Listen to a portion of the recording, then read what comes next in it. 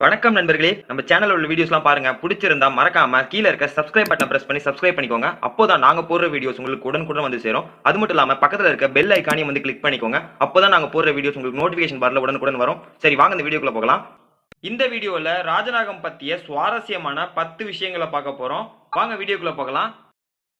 Number 1. பாம்புகளை பொறுத்த வரைக்கும் நிறைய பாம்புகள் வந்து பெரிய சைஸ்ல இருக்கும். அதே போல ராஜநாகம் வந்து பெரிய சைஸான ஒரு பாம்பு தான். அது மட்டும் இல்லாம விஷமுள்ள பாம்புகளே மிகப்பெரிய பாம்பு எதுன்னு கேட்டீங்கன்னா ராஜநாகம் தான். இதோட சைஸ் எவ்வளவு அப்படின்னு கேட்டீங்கன்னா 10 அடியிலேருந்து 13 அடி வரைக்கும் வளரக்கூடியது. ஸோ மனிதர்களே வந்து 6 அடி தான் இருப்பாங்க. மலேசியாவில் இருக்கிற ஒரு ஜூல வந்து ஒரு ராஜநாகம் கிட்டத்தட்ட 18 அடி வரைக்கும் வளர்ந்துருக்கு. ஸோ இதுதான் வந்து வேர்ல்டு ரெக்கார்ட் பண்ணியிருக்கு. நம்பர் 2. ராஜநாகம் பயமுறுத்தப்பட்டுச்சுன்னா என்ன பண்ணும்னு தெரியுமா? அது தன்னோட உடம்ப வந்து பரப்பி காட்டும். அது மட்டும் இல்லாம தரையிலேருந்து 6 அடி நீளத்துக்கு வந்து படம் எடுத்து நிற்கும். ஸோ அதை பார்த்து தான் நம்ம பயப்படுவோம்னு அதுக்கு நல்லாவே தெரியும். இது என்ன பிரமாதம், இதோட ஸ்பெஷல் ஐட்டம் இன்னொன்று இருக்கு அப்படிங்கிறது போல இன்னொரு விஷயமும் அது செய்யும். அது என்ன அப்படின்னு பார்த்தீங்கன்னா உருமுதல். ஸோ இதை வந்து நீங்கள் நாய்கள்கிட்ட பார்த்துருக்கலாம். நாய்கள் வந்து உருமும். ஸோ அதே போல் ராஜநாகம் என்ன பண்ணணும்னு பார்த்தீங்கன்னா காற்றை வந்து வேகமாக வெளியிடும். ஸோ அதன் மூலமாக உருமல் போன்ற சத்தத்தை வந்து ஏற்படுத்தும். அந்த சத்தம் வந்து ஜெர்மன் ஷெப்பர்ட் நாய் உருமுறதுக்கு ஈக்குவலாக இருக்குன்னு சொல்கிறாங்க. ஸோ இதெல்லாம் போதும் ஒரு எதிரியை வந்து பயமுறுத்துறதுக்கு. இதுவே அதிகம் தான். நம்பர் 3. ராஜநாகத்தோட விஷம். நீங்க நினைக்கிறது போல ராஜநாகத்தோட விஷம் வந்து ரொம்பவே வீரியமிக்கது அப்படின்லாம் சொல்லிட முடியாது. ஸோ அது நார்மலான ஒரு விஷயம் தான். ஆனா இதுல என்ன மேட்டர் அப்படின்னு பாத்தீங்கன்னா அது விஷத்தை செலுத்துற அளவு தான். ஸோ ராஜநாகம் வந்து எப்போதும் அதிக அளவுல வந்து விஷத்தை செலுத்தும். ஒரு முறை கடிக்கும் போது பாத்தீங்கன்னா ராஜநாகமானது 1 டீஸ்பூன் அளவுக்கு கூட விஷத்தை வந்து உள் செலுத்தும். ஆனா மற்ற பாம்புகள் எல்லாம் சில சொட்டுகள் மட்டும்தான் வந்து விஷத்தை உள்ள இறக்கும். இந்த 1 ஸ்பூன் விஷம் போதும். இது வந்து கிட்டத்தட்ட 20 மனிதர்களை கொண்டுடும். அதே போல ஒரு யானையை கூட இதால கொல்ல முடியும். இதோட விஷத்துல வந்து இன்னொரு ஸ்பெஷல் இருக்கு. அது என்னன்னு கேட்டீங்கன்னா அந்த விஷத்தோட பேர் வந்து நியூரோடாக்சின் அப்படின்னு சொல்லிட்டு சொல்றாங்க. ஸோ மற்ற பாம்புகளை பொறுத்த வரைக்கும் அது கடிச்சதுன்னா நம்மளோட ரத்த ஓட்டம் தான் பாதிக்கப்படும். ஆனா ராஜநாகம் கடிச்சதுன்னா நரம்பு மண்டலமே பாதிக்கப்பட்டுரும். ஸோ ரத்த ஓட்டம் வந்து ஃபுல்லா விஷம் பரவுற வரைக்கும் நீங்க ஏதாச்சும் கை காலையாச்சும் அசைக்கலாம். ஆனா நியூரோடாக்சின் பட்டுச்சுன்னா உங்களுக்கு நரம்பு மண்டலம் பாதிக்கப்பட்டுச்சுன்னா கண்டிப்பா உங்களால கை கால்கள் கூட அசைக்க முடியாது. ஸோ இதனால தான் இந்த ராஜநாகத்தை வந்து ரொம்ப டேஞ்சரஸான ஒரு பாம்பு அப்படின்னு சொல்லிட்டு சொல்றாங்க. நம்பர் 4. உணவு வகைகள். ராஜநாகத்தை பொறுத்த வரைக்கும் என்ன உணவு அதிகமாக சாப்பிடும்னு பார்த்தீங்கன்னா மற்ற பாம்புகளை தான் வந்து விரும்பி சாப்பிடும். மற்ற பாம்புகளுக்கு பொறுத்த வரைக்கும் எல்லா பாம்புகளும் இதில் அடங்கும். அதே போல இல்லாமல் தன்னோட இனமான ராஜநாகத்தையே வந்து இதுவும் சாப்பிடும். இன்னும் ஒரு சுவாரஸ்யமான விஷயம் என்ன அப்படின்னு பார்த்தீங்கன்னா மலைப்பாம்புகளை கூட இந்த பாம்பு வந்து விழுங்குறதா சொல்றாங்க. ஆனால் ஒரு பிரச்சனை இருக்கு. முக்கால்வாசி மலைப்பாம்புகள் வந்து இது முழுசா முழுங்க முடியாது. ஏன்னா மலைப்பாம்புகள் ரொம்ப பெருசா இருக்கும். ஸோ இதோட சைஸுக்கு மேலே இருக்க மலைப்பாம்புகள் இது கொன்னாலுமே கூட அதை முழுங்க முடியாமல் துப்பிடும்.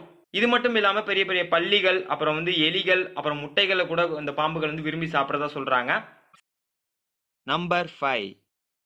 சண்டையிடுதல். ஆண் ராஜநாகங்களை பொறுத்த வரைக்கும் அது வந்து நிறைய சண்டை போடும். இது எதனால அப்படின்னு பாத்தீங்கன்னா பெண்ணோட வந்து இனப்பெருக்கம் செய்யறதுக்கு தான்.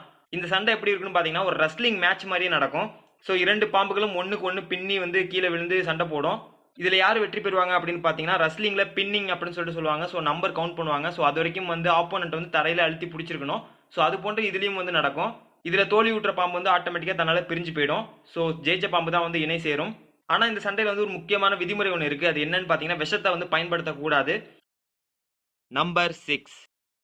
முட்டைகள். உங்களுக்கு தெரியுமா பாம்பு இனத்திலேயே கூடு கட்டுற ஒரே பாம்பு என்ன அப்படின்னு கேட்டீங்கன்னா ராஜநாகம் தான். ஸோ ராஜநாகம் வந்து கூடு கட்டி தான் அதில் வந்து முட்டையிடும். இதை வந்து பெண் ராஜநாகங்கள் தான் செய்யுது. கூடுகளை இது எதை சேர்க்கும் அப்படின்னு பார்த்தீங்கன்னா இலைகளை மட்டும்தான் நிறைய அளவில் சேர்க்கும். இதுக்கு என்ன காரணம் பார்த்தீங்கன்னா இலைகள் மக்குனதுக்கு அப்புறம் அது வந்து அந்த கூட்டுக்கு வந்து ஒரு கதகதப்பை கொடுக்கும். இப்படி ஒரு கூடு கட்டி முடிக்கிறதுக்கு அதுக்கு கிட்டத்தட்ட 4 நாட்கள் வந்து தேவைப்படுது. ஒரு கூட்டில் பார்த்தீங்கன்னா கிட்டத்தட்ட 20லேருந்து 30 முட்டைகள் வரைக்கும் இடும். இதுல என்ன ஹைலைட் அப்படின்னு பார்த்தீங்கன்னா பெண் ராஜநாகங்கள் வந்து முட்டையிட்டதுக்கு அப்புறம் 3லேருந்து 4 மாதங்களுக்கு அதை வந்து பாதுகாக்கும். அதுவும் வந்து ஒரு சாப்பாடு கூட சாப்பிட வெளில போகாம அதே கூட்டு அருகிலே இருந்து அது பாதுகாக்கும். ஆனா ட்விஸ்ட் என்ன அப்படின்னு பாத்தீங்கன்னா இந்த முட்டைகள் எப்போ பொரியுதோ அந்த டைம்ல வந்து அந்த பாம்பு வந்து அந்த கூட்டை விட்டு போயிடும். ஸோ அதுக்கப்புறம் வந்து குஞ்சுகள் வந்து தானாதான் வந்து வெளில வந்து தன்னோட வாழ்க்கையை வந்து அது பார்த்துக்கணும். நம்பர் 7. ஆயுட்காலம். ராஜநாகங்களோட ஆயுட்காலத்தை பொறுத்த வரைக்கும் பார்த்தீங்கன்னா அது கிட்டத்தட்ட 17 வருடங்கள் வரைக்கும் மேக்சிமம் வந்து உயிர் வாழக்கூடியதாக இருக்கு. இன்னும் சொல்லப்போனால் சில பாம்புகள் வந்து 22 வருடங்கள் வரைக்கும் உயிரோடு இருந்திருக்கு. மனிதர்கள் வளர்க்கும் பட்சத்தில் மட்டும் இந்த பாம்புகள் இன்னும் கூடுதலாக வந்து உயிரோட வாழும் அப்படின்னு சொல்றாங்க. நம்பர் 8. Super powers. ஸோ ராஜநாகங்களுக்குன்னு சொல்லிட்டு சில சூப்பர் பவர்ஸ் இருக்கு. அது என்ன அப்படின்னு பார்த்தீங்கன்னா ராஜநாகங்கள் வந்து அருமையாக வந்து மரம் ஏறும். அதே போல மலைகளையும் வந்து இது அசால்ட்டா ஏறும். கிட்டத்தட்ட 60 அடி உயரத்தை கூட அது வந்து ஏறி கடந்துடும். அதுக்கேற்ற மாதிரி தான் அதோட உடம்பு வந்து வடிவமைக்கப்பட்டிருக்கு.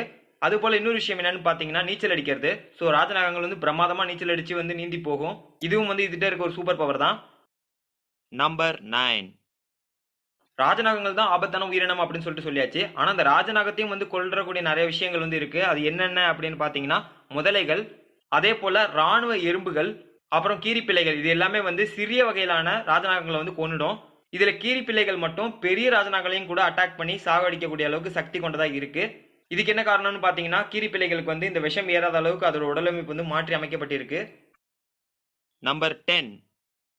கடைசியா ஒரு குட் நியூஸ். அது என்ன அப்படின்னு பாத்தீங்கன்னா ராஜநாகங்கள் மனிதர்களை வேணும்னே தாக்குறது இல்ல.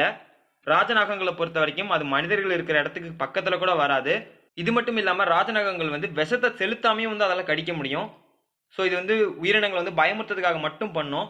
ஸோ அந்த வகையில் உங்களுக்கு கடிச்சதுன்னா உங்களுக்கு லக்கி தான். இன்னொரு சுவாரஸ்யமான விஷயம் என்ன அப்படின்னு பார்த்தீங்கன்னா ராஜநாகங்களால் கடிக்கப்பட்ட மனிதர்களை முக்கால்வாசி பேர் பார்த்தீங்கன்னா பாம்புகளை கையாளுறவங்களா தான் இருந்திருக்காங்க. ஸோ அவங்கள மட்டும் தான் பாம்புகள் கடிச்சிருக்கு. நார்மலாக இருக்கிற மனிதர்கள் வந்து பாம்புகள் தேடி போய் கடிக்கிறது இல்லை.